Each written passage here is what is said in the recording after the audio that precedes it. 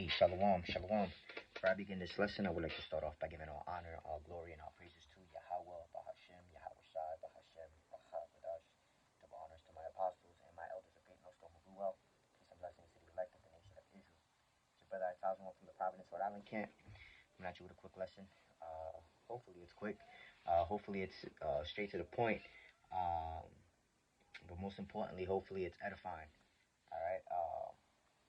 So the title of this lesson is going to be, and I'm hoping to probably make it in parts just because I'm still I'm compiling all of the information to make the whole point of the lesson come together. So, I'm most likely going to have to make it in parts. We'll see how far into this piece that I've been putting together we can get through. So, the title of the lesson is going to be How the Native Americans, right, the Israelites, made it to America, the daughter of Babylon. All right, so again, Lord willing, this is edifying, and yeah, let's just jump into this, right? So, right, when you explore the concept of Native Americans being descendants of the lost tribes of Israel, right, you can consider history, right? You can consider ancient artifacts that have been found in the Americas, right, or I should say the western part of the world, uh, as well as biblical prophecies, which would, you know, be useful in pretty much making the point that the I should say make the point that the Israelites, or I should say that those Native Americans, so-called Native Americans, are descendants of our people. Okay, so it's vital to understand and to consider the history of Israel, right? When making the claims, for the simple fact that it's remained a mystery for so long, even though we're out there on the highways and byways telling our people to return back to their power, explaining to them that our people have been mingled amongst these other nations according to the curse that was put upon us.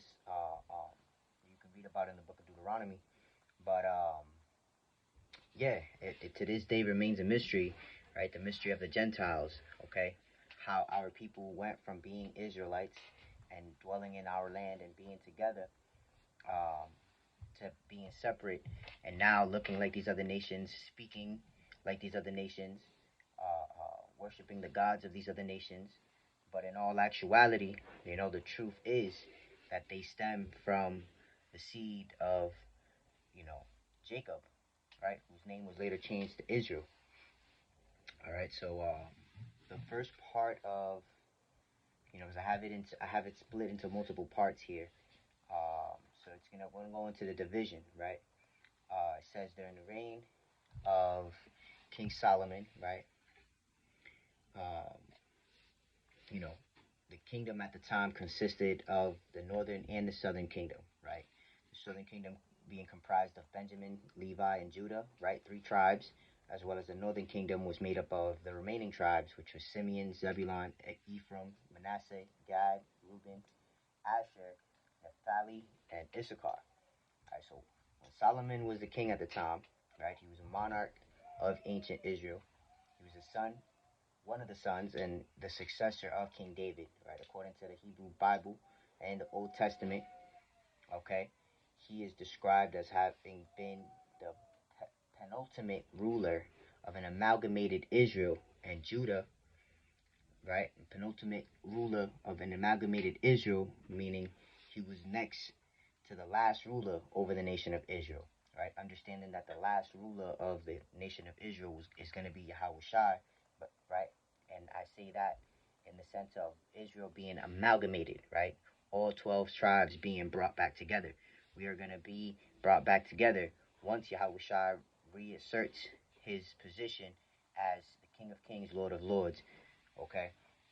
Once he comes back, and as according to prophecy, right, the kingdoms of this world become his.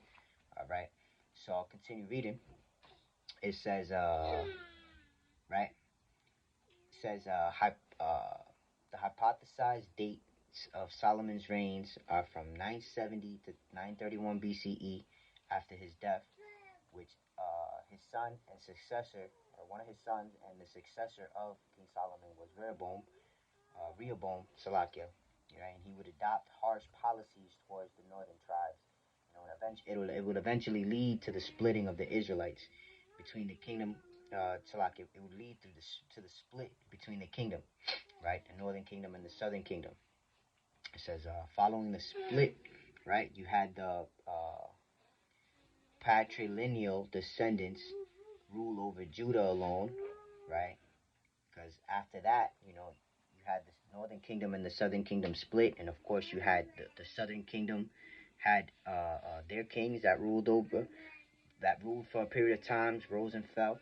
Likewise with the kingdoms of Salakia, likewise with the southern kingdom, southern and the northern kingdom, both after the split had kings that were risen as well as brought down up until we got to the point where prophecy was fulfilled and the nation of Israel was made no more, in the sense of like we no longer were dwelling in our land, we no longer had sovereignty, and we were under subjection of our enemies. Okay, and again, this goes back to the punishment that was put on us for the transgressions, right, or not being able to uphold our end of the bargain when it came to that contract that was fulfilled with us, right? Going back to Moses. So let's continue reading.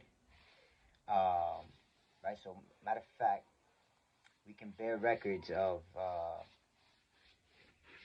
you know Rehoboam, right when he took hold of the throne, right? So this is First Kings chapter 12 and verse 1. It says, and Rehoboam went to Shechem, for all Israel were to come to Shechem to make him king.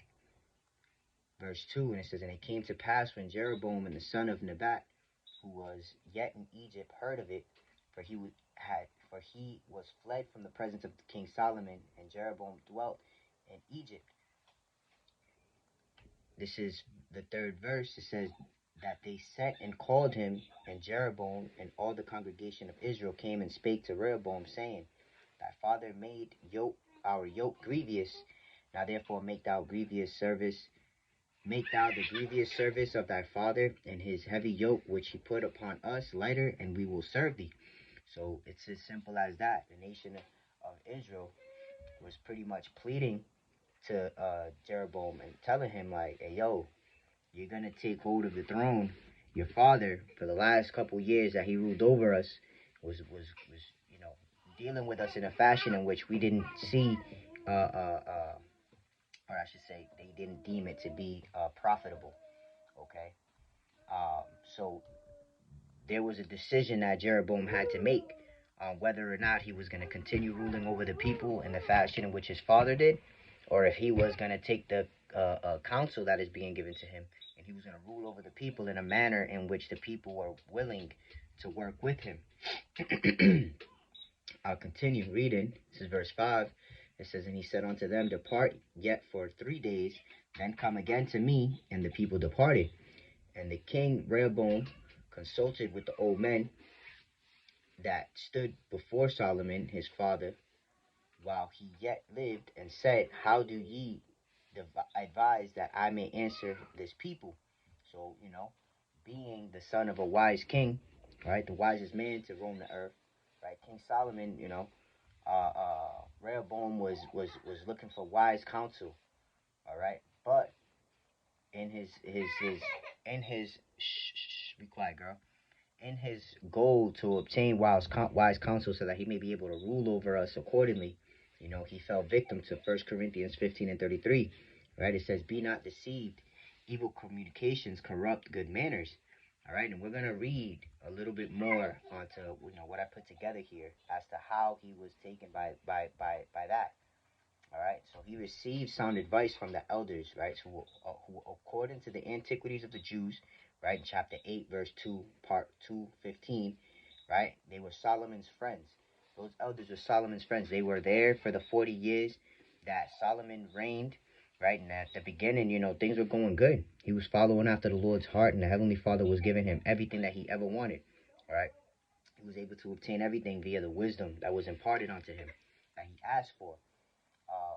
So yes, these elders were giving him the counsel on how to properly rule over the nation of Israel, so that we may become so that we may remain together and he may be able to be our king. But of course, the Heavenly Father had it set up in a way in which things, or the chain of events went down in his liking, because the will of the Lord is going to be done regardless. Okay, what we're going into right now is the history, of course, on how our people went from being in our land together, all 12 tribes, to after the death of King Solomon, the split, right? And then the defeat via our enemies, right? And the scattering of our people. So I'll continue reading. Uh, so yes, they were the friends of King Solomon who were giving Rehoboam wise counsel. They were telling him how to rule over the people. Uh, and they would know. They would be, fit for the job, considering how they saw the people being ruled over in a way in which they deemed to be profitable. So this is First Kings chapter 12 and verse 10. It says, "And the young men that were grown up with him spake unto him, saying, Thus shalt thou speak unto this people that spake unto thee." So now we went from elders, right, going into that account in the antiquities of the Jews, giving him counsel on how to rule over the people, to now the young men, Rehoboam's friends, giving him counsel, right? And we'll see the contrast of the two. It says, "Speak unto this people that spake unto thee, saying, Thy father made our yoke heavy, but thou it lighter, but make thou it lighter unto us. Thou shalt thus thou shalt say unto them, My little finger shall be thicker than my father's loins. And now, whereas my father did lade you with a heavy yoke, I will add unto your yoke. My father had chastised you with whips, but I will chastise you with scorpions." So Rehoboam took the harsh route, okay? Instead of applying this, right? Proverbs 19 and 20, it says, "Hear counsel and receive instruction, that thou mayest be wise in thy latter end." And Rehoboam's problem was that the decision that he made wasn't a wise decision for the sake of the people. It was a wise decision for the sake of prophecy taking place and everything that had to happen after that, for it to have happened in the way that it did. But in that, looking at things for what they are, right? Looking back into the records, we can see that, things could have been done better, all right? Which, at the end of the day, things were done in the fashion in which the Heavenly Father had set it up to be done, right? And we'll go into that, Lord willing. It says, this is, a matter of fact, let's read one more verse in Proverbs 19. This is verse 21. It says, "There are many devices in a man's heart. Nevertheless, the counsel of Yahweh shall stand." And that's exactly what happened. You know, Rehoboam thought that he was making a decision that because he went out and sourced for counsel, at the end of the day, he ended up doing that which was in his heart, which is what he thought was the way, right? But the scriptures tell you the heart is deceitful above all things, right? And the Heavenly Father deceived him so that his counsel shall stand. All right? Now, the counsel of the Lord did stand because it was prophesied that the kingdom would be split and that Jeroboam would obtain a portion. Of course, this is obvious, Salakia, that Jeroboam would obtain the other portion of the nation of Israel, right? Because it was split into two halves, the northern and the southern kingdom. So the northern kingdom would remain with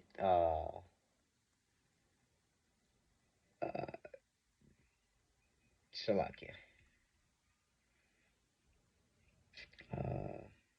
So I put it down here. It says, "Now the counsel of the Lord did stand, because it was prophesied that the kingdom would be split, and that Jeroboam would obtain a portion that, of course, is with the obvious assumption that the remnant of Israelites pertaining to the northern kingdom would remain with Rehoboam. Likewise, with the southern kingdom,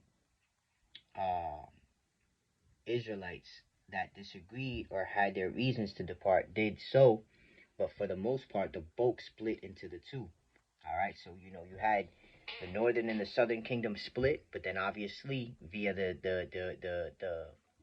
the way that things were set up, you obviously had some Israelites that were of the northern kingdom split with the southern kingdom, right? But the bulk of each, the northern and the southern kingdom, the bulk of each side split ways, okay?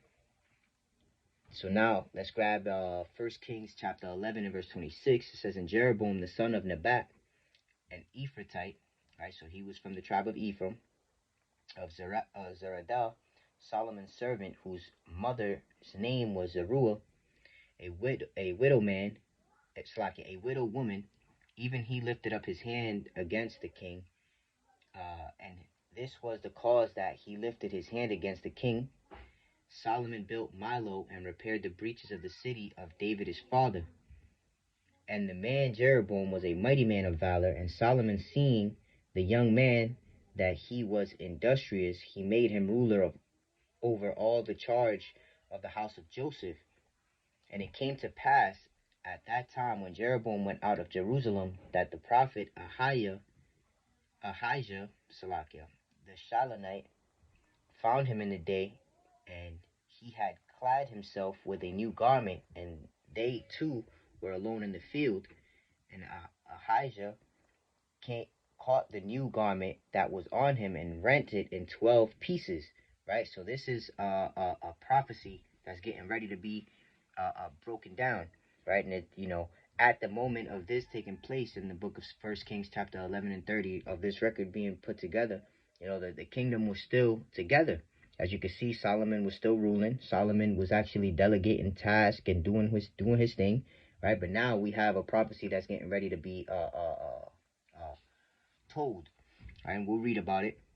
And so the garment was rent into 12 pieces, and he said unto Jeroboam, "Take thee 10 pieces, for thus saith Yahweh, the power of Israel, behold, I will rend the kingdom of the hand of Solomon, and will give 10 tribes to thee." All right, so there it is. 10 tribes were going to be given to Jeroboam for the simple fact that the will of the Heavenly Father was going to set it up so that it happened that way. And this is the reason why Jeroboam fled from Solomon. Earlier we read about how when Solomon died, he made it back to,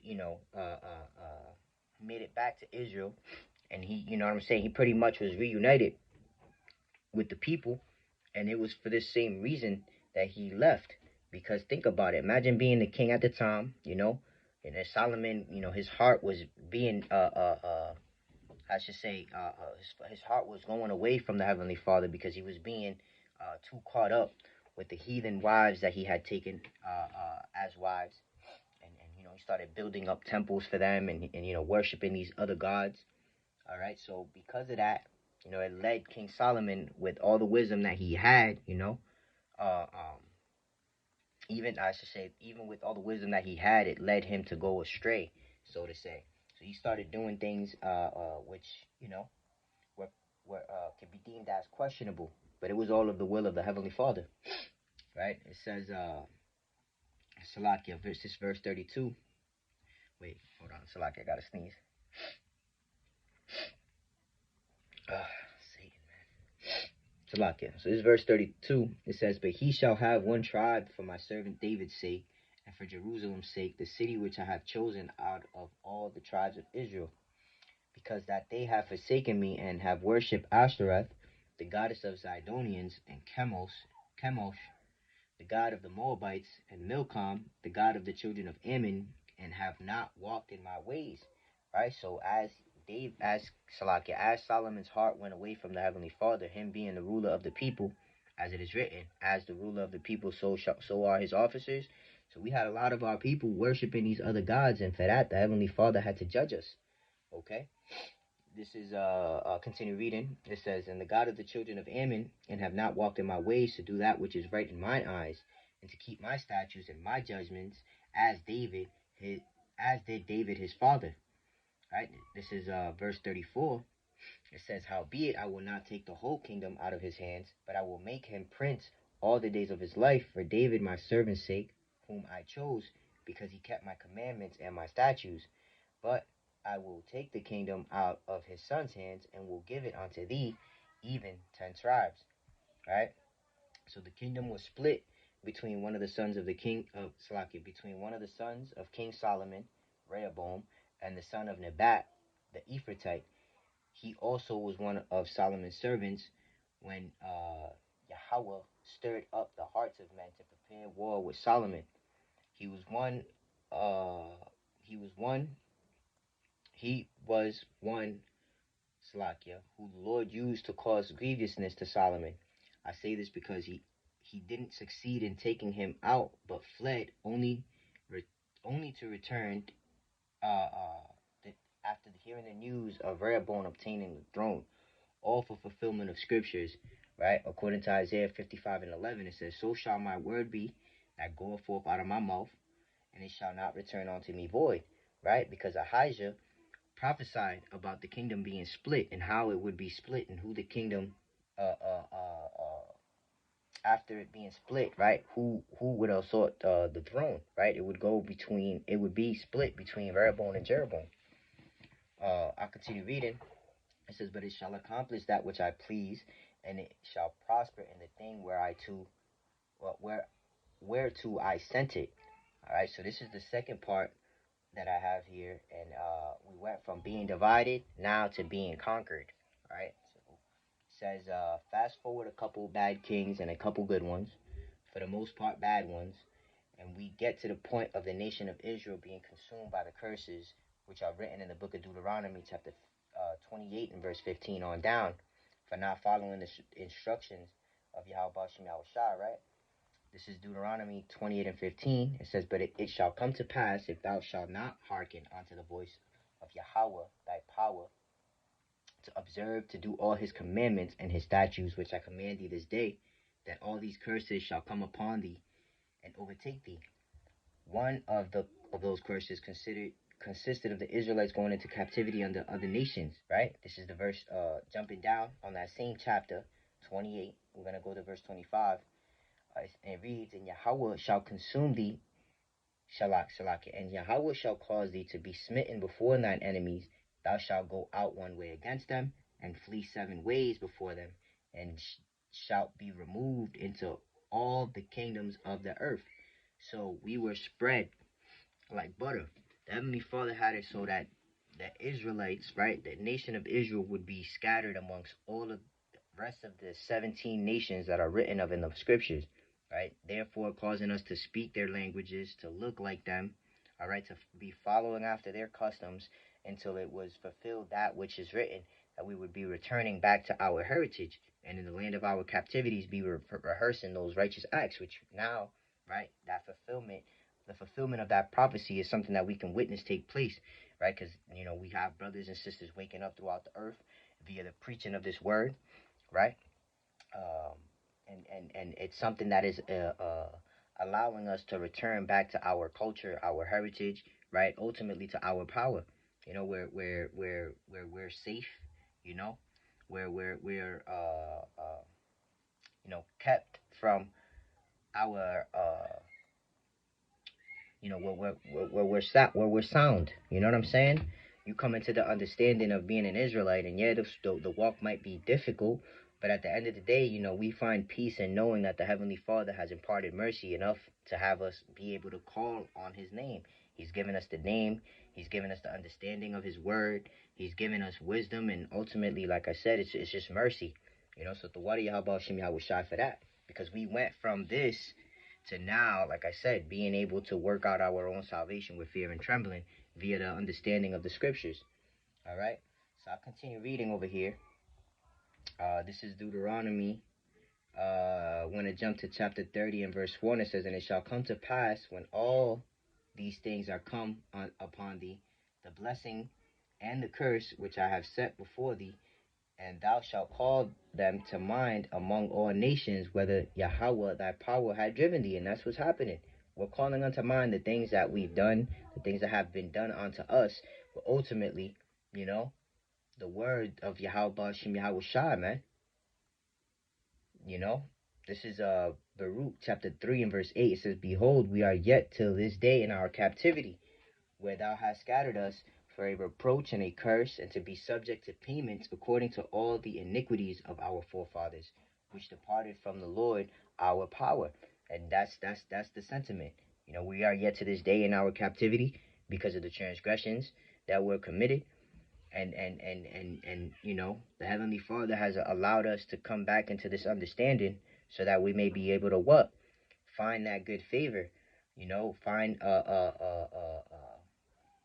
be able to obtain that good graces from the Lord, right? So now we fast forward to the Assyrian captivity, also known as the Assyrian exile, right? A quick wiki search will tell you that what you see, this was the period in the history of ancient Israel and Judah during which several thousand Israelites from the kingdom of Israel were forcibly relocated by the Neo-Assyrian Empire. This is one of the many instances of the resettlement policy of the Neo-Assyrian Empire. The kingdom of Israel was conquered by the Neo-Assyrians monarchs Tiglath-Pileser III and Shalmaneser V. The later Assyrian rulers Sargon II and his son, the successor Sennacherib, were responsible for finishing the 20-year demise of Israel's northern 10 tribe kingdom. Although they did not overtake the kingdom of Judah yet, right? So, because the kingdom of Judah, the southern kingdom, they remained in the land for a little bit longer, right? And they went through their uphill battle of trying to remain in the land up until ultimately, according to prophecy, we were removed from the land. Okay, I'll continue reading. It says, Jerusalem was besieged but not taken. The tribes resettled by Assyria later became known as the 10 lost tribes. All right, so now we've settled in Assyria. We're gonna jump into the vision that Esdras had, right?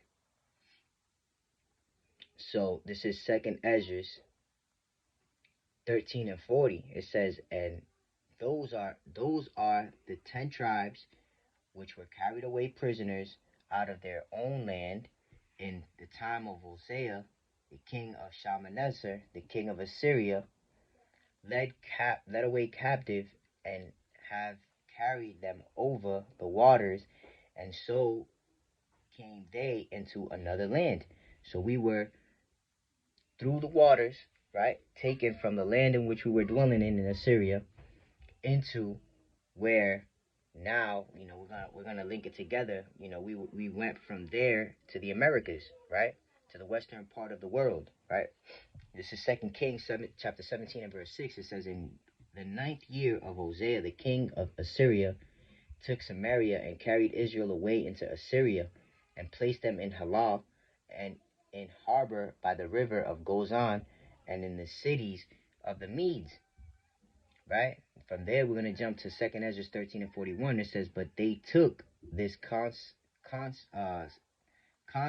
counsel amongst themselves that they would leave the multitude of the heathen and go forth into a further country where never mankind dwelt.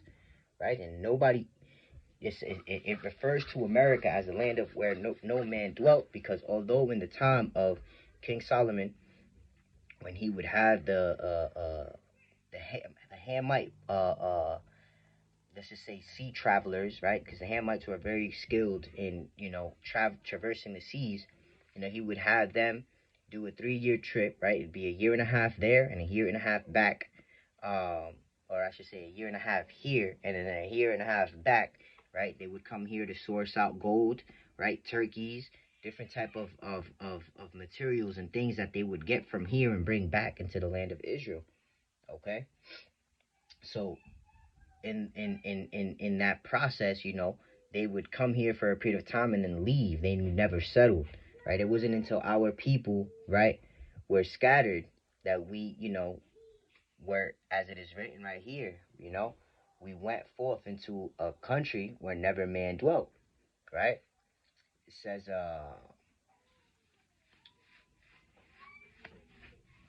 Yep, I'll continue reading a little bit more on what I have here. It says, we also consider the Babylonian captivity as the southern kingdom underwent the same thing, because we are one people and the Lord dealt with us as a nation, right? So this is where I got a little sidetracked in the paper, but I figured, hey, since we're going into the conquered portion, right? Because we were divided and then we were conquered. We're going into the conquered portion, right? Now we read how the Neo-Assyrians took over the northern kingdom and had us to the point where we fled into America.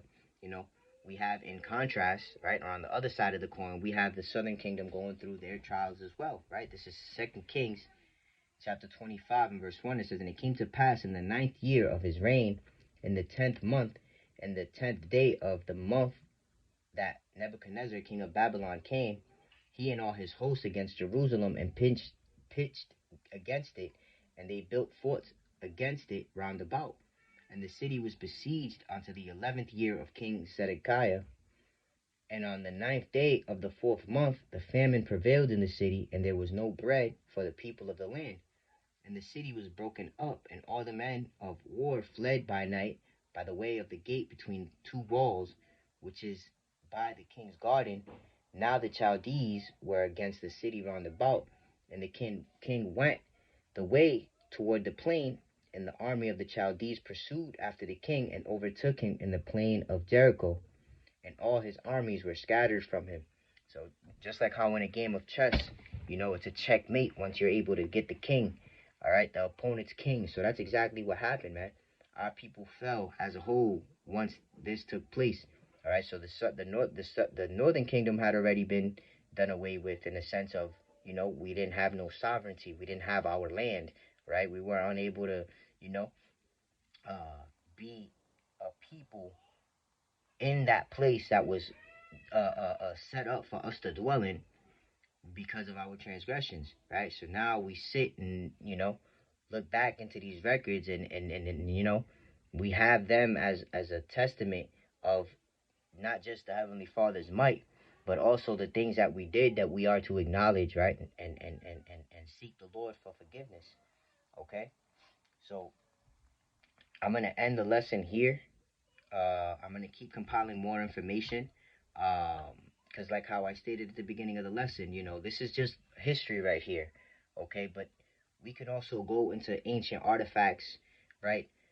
We went into a couple of biblical prophecies, but there's more biblical prophecies that will prove that the Americans, I should say the so-called Native Americans that are still dwelling here, okay?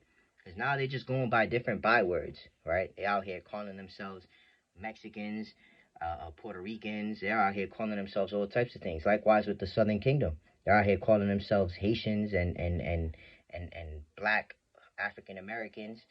But in all actuality, when you go into these records, right, and of course you consider some of the artifacts, which Lord willing in the next lesson we can go into a couple of those artifacts that have been found here in the Americas, all right, that will prove to you that people were here that spoke our language and kept our customs.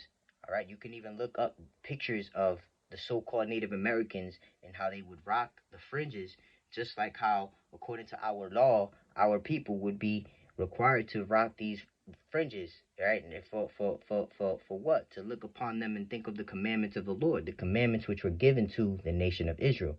All right, so like I said, Lord willing, this is edifying, and it was to the point.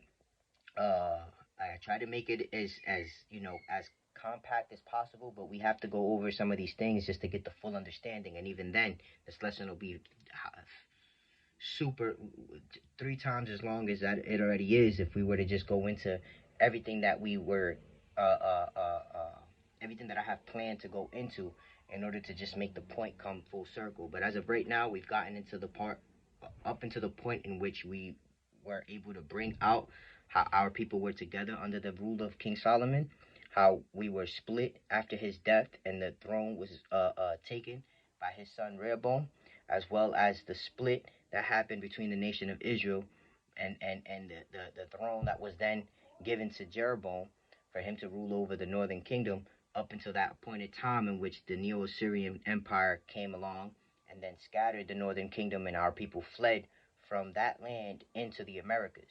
All right, so like I said, Lord willing, this was edifying. In closing, I want to give all honor, all glory, and all praises to Yahweh, Bahashim, Yahweh Shai, Bahashim, Bachav Wadash. Double honors to my apostles and my elders of great notes to hold well. Peace and blessings to the elect of the nation of Israel. And to the next one, I say Shalom, Kwame Asherallah, and Abba Babal.